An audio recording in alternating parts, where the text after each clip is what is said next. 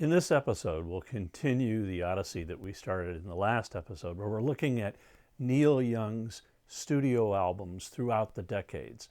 And this episode will focus on the 1970s. And in the 1970s, Neil Young soared his career to new heights. And then he took a turn to what he refers to as going into the ditch. So are you ready to look for that heart of gold? Well then, let's drop the needle.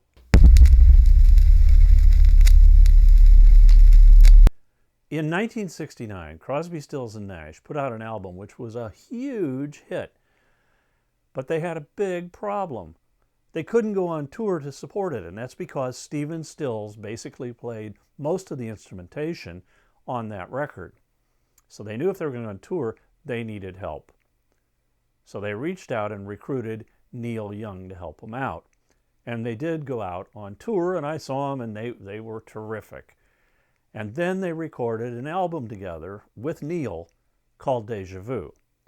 But Graham Nash said there was already trouble in the group in that Neil would record his songs and then bring the tapes down to the sessions and then have the rest of the group do their vocal parts on it. And then Neil would take the tapes back to his own studio to mix them. Nonetheless, there's some great songs of Neil's on this record. Neil's songs are Helpless and Country Girl, and he co-wrote Everybody I Love You with Stephen Stills. As I said, Deja Vu was a big hit, and according to Wikipedia, it is the best-selling album that any one of these artists have had, even in their solo careers. Besides touring with Crosby, Stills, and Nash, in early 1970, Neil releases a solo album, and it's a great album called After the Gold Rush.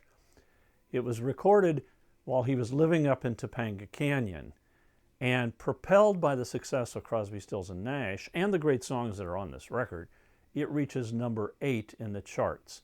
At the same time, Neil marries his first wife, Susan DeCivido, who he met in a cafe there in Topanga Canyon. I like every song on this album, but my favorites are the lead-off, Tell Me Why, which my friend Brad Pico, who played bass in our high school band, taught me to play the riff on my guitar, and I still play it today. Thank you, Brad. Then there is the amazing After the Gold Rush, which Dolly Parton, Linda Ronstadt, and Emmylou Harris would cover a few years later. They did a great job, but I like Neil's better.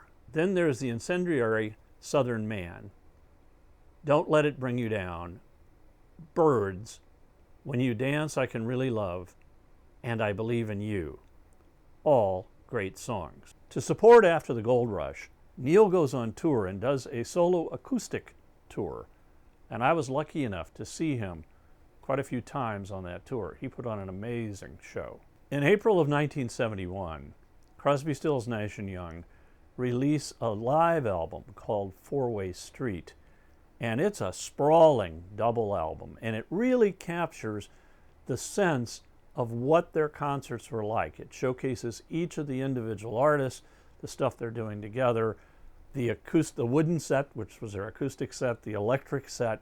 But when they recorded this album, tensions inside the group were at an all-time high. Neil appears on almost all the songs, but the songs that he wrote are On the Way Home, Cowgirl in the Sand, Don't Let It Bring You Down, Southern Man, and Ohio. This album shot to number 1 on the charts. By this time, Neil and Susan had got divorced, and Neil had left Topanga Canyon. And then he bought a ranch up in Northern California, which he rechristened Broken Arrow Ranch. Then he saw a movie, and the movie was called Diary of a Mad Housewife, starring Carrie Snodgrass. And in Neil's words, he fell in love with the actress. And shortly thereafter, Carrie moved into Broken Arrow Ranch, and Neil recorded an album that he says she inspired most of the songs on. And that album is called Harvest. Wow, what a great album. It starts with Out on the Weekend. Then there's the title track. The now controversial A Man Needs a Maid. The smash hit Heart of Gold. Old Man. The Needle and the Damage Done, recorded at Royce Hall at UCLA at a concert that I attended. And then there's Alabama. Now, when Leonard Skinner heard Neil singing about Alabama and Southern Man, they decided to respond with their great song, Sweet Home Alabama. Harvest was a smash album, and it reached #1, and it remains Neil's best-selling album to date. But Neil found that he couldn't handle the fame that Harvest brought him very well. He said Harvest put him in the middle of the road, and he really didn't like it there, so he decided to head for the ditch, where he met a lot more interesting people. With the success of Harvest, Neil is booked to go on a tour, so he puts together a band that he calls the Stray Gators to support him, and Danny Whitten of Crazy Horse rehearses with the band with the intention of going on tour with them. But by this point, Danny is really strung out on drugs and can't hold it together, and Neil fires him from the band. And shortly after that, Danny ODs on drugs, and Neil is devastated and takes it very hard. And it reflects on what happens in the tour and the next few albums that he releases. There is a live album that came out of the tour, released in 1971. It's called Time Fades Away. And Neil has said it is his least favorite album of everything that he's recorded.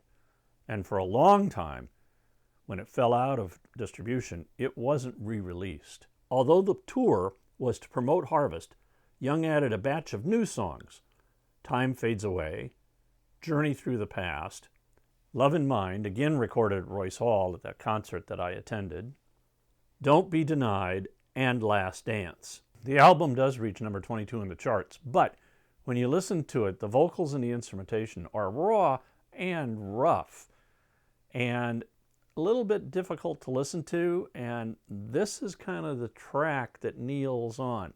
He refers to this album as the first album in the Ditch trilogy. To say that Neil Young was extremely busy in this year is an understatement. Besides all that we've just seen, he now releases a double soundtrack album to a film that he shot. The album is called Journey Through the Past. The songs include For What It's Worth and Rock and Roll Woman from Buffalo Springfield, Find the Cost of Freedom, Ohio from Crosby, Stills, Nash & Young, Southern Man, Are You Ready for the Country, Let Me Call You Sweetheart, Alabama, a whole side taken up by the song Words, and then King of Kings, Soldier, and Let's Go Away for a While, the Brian Wilson song. The movie came out just a few months after the album. It's Young's directorial debut, but it was received poorly by the critics. Despite all this, Neil is having a really tough time, still reeling from the death of Danny. And then his roadie, Bruce Berry, dies. Neil goes into the studio and records his darkest album called Tonight's the Night. But the record company doesn't like it and refuses to release it. So Neil records another album called On the Beach, and it's pretty dark and depressing too, and it is the second album in the Ditch trilogy. It opens with Walk On, then See the Sky About to Rain, which is lovely. 3 songs have blues in their titles, which tells you volumes about Neil's frame of mind. We get Revolution Blues, Vampire Blues, and Ambulance Blues. Then there's a song called Motion Pictures, which is about the deterioration of Neil's relationship with Carrie Snodgrass. The album sold poorly. Young did not tour to support the album, but what he did do is he rejoined Crosby, Stills, and Nash for a major tour in 1974, where they played stadiums all across the country. A live recording of that tour was done called CSNNY 1974, but it wasn't released until 2014. In the fall of 1974, Neil records another album that's inspired with his troubling relationship with Carrie Snodgrass, and the album is called Homegrown. But he doesn't release it. In fact, it never got released until 2020, because instead of releasing Homegrown, which he felt was too safe, he decided to release the dark and somewhat depressing Tonight's the Night. This last of the trilogy Ditch albums is the darkest and the rawest. Now, Neil has said that it's about life, death, and drugs, and frankly, some of it is hard to listen to. There is the title, Tonight's the Night, Come On Baby, Let's Go Downtown, which was recorded at the Fillmore East with Danny Whitten on guitar and vocal. Seems like it's placed here as a tribute to the fallen Danny. Mellow My Mind, Tired Eyes are some of the songs that stand out. Like the other two Ditch albums, this one didn't sell well either. For his next album, Neil rejoins with Crazy Horse, and they record an album released in 1975 called Zuma. And this is a beach in Southern California because Neil and Carrie had separated, and Neil had moved from the ranch to a place right off of Zuma Beach where he recorded the album in his home. The leadoff song is Don't Cry No Tears. There's Danger Bird, Pardon My Heart, then the amazing Cortez the Killer, and Through My Sails, which had been attempted for Crosby, Stills, Nash & Young for their aborted second album, and the track features Stills, Crosby, and Nash. Unlike the previous Ditch albums, this album actually sells and reaches number 25 on the charts. And then in 1976, Neil joins with Stills to form the very short-lived Stills Young Band. And they start to record an album in Miami, and they invite Nash and Crosby to come down and sing vocals on it. And so they do, but then Crosby and Nash had to leave the sessions because they had to get back to LA to record one of their own albums. Well, while they were gone, Stills and Young erased all of their vocals. And of course, this did not sit well with Crosby and Nash. The songs that Neil wrote were Long May You Run, Midnight on the Bay, Ocean Girl, Let It Shine, and then of course the great Fountain Blue. The album reaches number 26 on the charts, and then they go out on a tour to support the record. But Neil always follows his own mind, and as they're into the tour, he decides that he's had enough, and so he quickly leaves the tour. And the way he does it is he sends Stills, they're on their way to Georgia, he sends Stills a telegram which says something along the lines of, "Isn't it funny that things that start spontaneously sometimes end that way? Eat a peach, Neil." It's amazing to me that these guys even ever talk to each other again. Also in 1976, Neil appears for the movie The Last Waltz featuring the band, where he sings Helpless.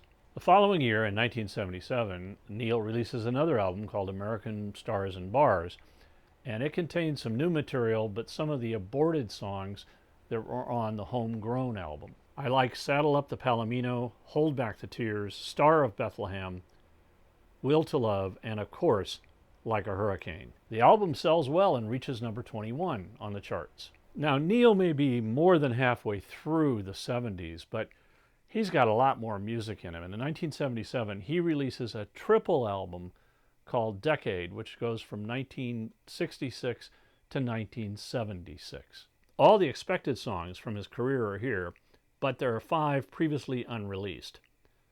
There's the lead-off, Down to the Wire, which was recorded in 1967 with Buffalo Springfield, Winter Long, Deep Forbidden Lake, Love is a Rose, and Campaigner. The album reaches number 43 on the charts. And then in 1978, Neil releases an album where he returns to his folk and country roots, and the album is called Comes a Time, and it features Nicolette Larson singing harmonies on many of the tracks. I like Going Back, Comes a Time, Look Out for My Love, Lotta Love, Human Highway, Field of Opportunity, and Four Strong Winds. On this album, Neil is relaxed and happy, and boy, that weird trip down the Ditch Trilogy albums seems like lifetimes ago. And part of the reason for this is that in 1978, Neil marries again to a woman called Peggy, who is the inspiration for his song Motorcycle Mama. Later in that year, Neil decides to go on a lengthy tour of the Crazy Horse, and it's called Russ Never Sleeps. And one half of the show is all acoustic, and the other half is electric. And I was fortunate enough to see this show, and it was pretty amazing. And as a result of this tour, Neil puts out 2 albums. The first is Russ Never Sleeps. Most of these songs were new songs that debuted on the tour. You get the opener, My, Hey, Hey, Out of the Blue, and the closer, Hey, Hey, My, Into the Black.